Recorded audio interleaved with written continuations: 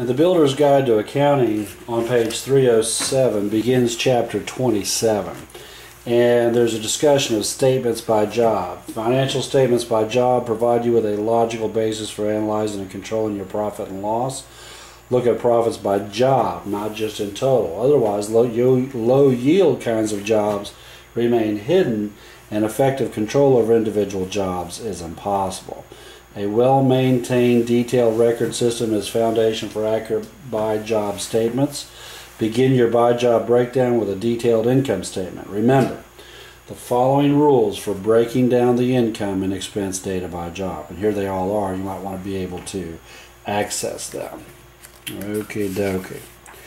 Let's go to the next page, page 308, left-hand column at the bottom. Plotting job progress. Visual presentations of data can be more revealing than lists of numbers. Portraying upcoming jobs on a graph lets you plot your profits and compare them month by month with actual results from your monthly job summary. Let's go to the right-hand column and highlight that first full paragraph on page 308. As large variances begin to occur between your plotted and actual figures, you have time to identify and control the trend while the job's still underway. No job will follow this curve exactly, but remember that most profits are produced in the middle part of the job. Even if the curve of actual profit starts upward too early in the job schedule, it indicates several possibilities. And those are those 4 bullets. After those 4 bullets says, if the profit doesn't swing up soon enough or fast enough, it could mean that you're going to do those other 4 things. So take a minute and analyze that. Read it. You might want to hit the pause button and go over that. And then after that, it says on page 309, you have the actual graph that they're talking about. Yeah, maybe you do that, maybe you don't. But on test day, we're going to answer it just the way they tell us to. On page 315 begins the chapter 28, statements for loan application. What is a loan? Well, you're buying money when you take out a loan. Your payments are broken down into 2 parts. You have the principal and you have the interest. I think everybody knows that.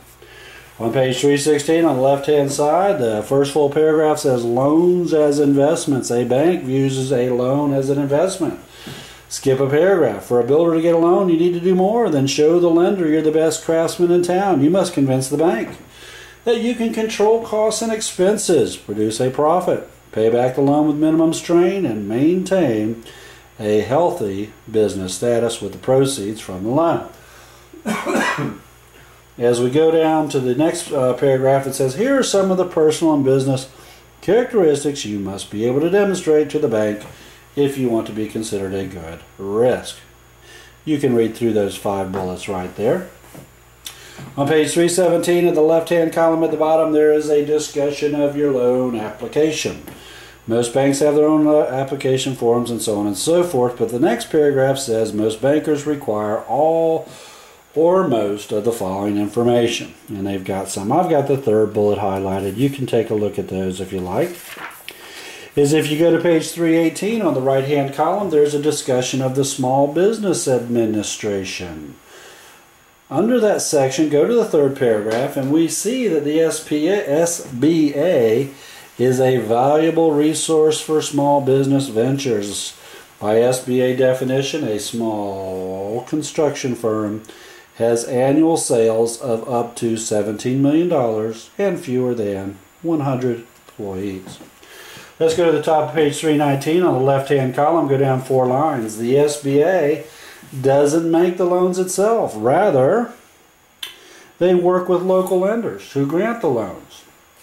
The SBA guarantees repayment, so the lender's risk is practically nil. We're still in that column and drop down to the bottom, eligibility for SBA programs. If you are eligible for an SBA guarantee, are you eligible? Well, the criteria, the next paragraph says, includes the type and the size of business, the use of the loan funds, and special circumstances. Then there's a discussion of type of businesses. Most businesses are eligible for assistance from the SBA. Your business must be operated for profit. Your offices must be within the United States and its possessions and be doing business in the U.S. You must have a reasonable degree of owner's equity in your business. Let's go to the right-hand column at the top of page 319, and we're going to highlight the second paragraph. Use of loan funds. Proceeds from SBA guarantee loans can be used for most reasonable business purposes. You can purchase real estate for business offices and facilities, construction and improvements, acquisition of capital assets. You can purchase inventory and working capital. SBA loan proceeds cannot be used to finance floor plans, purchase investment real estate, pay the owner's delinquent taxes, or pay existing debts in most cases. There are some special circumstances, and you can look at those on your own if you like. Okay, we have an appendix right here. That means we're getting close to the end. Yay! There are some sample balance sheets at the back, some sample financial statements. You might want to look on page 331.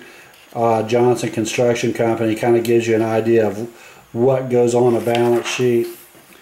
There you go. That's a good one. There's an income statement on page 333. That's a good one to know. A good one to use. You have a cash flow on statement on page 335 where they're comparing 2 years. These are the kind of things that you can use to kind of help figure out what's going on with these things when you're trying to answer a question on a test one day. I want you to go, let's see, there's just one more thing that we're going to highlight before we go to the index, and that's Appendix D. Now that should be on page 343, Appendix D. And as we go over to page 344 is where we're going to start highlighting where it talks about sheltering. Right-hand column, second paragraph, you can shelter part of your income as a self-employed contractor if you set up a KEO plan. This lets you place 25% of your net earnings in the account and deduct those contributions from your adjusted gross income. But the 25% limit refers to income after you compute your KEO contribution, so it's actually only 20% of your gross income.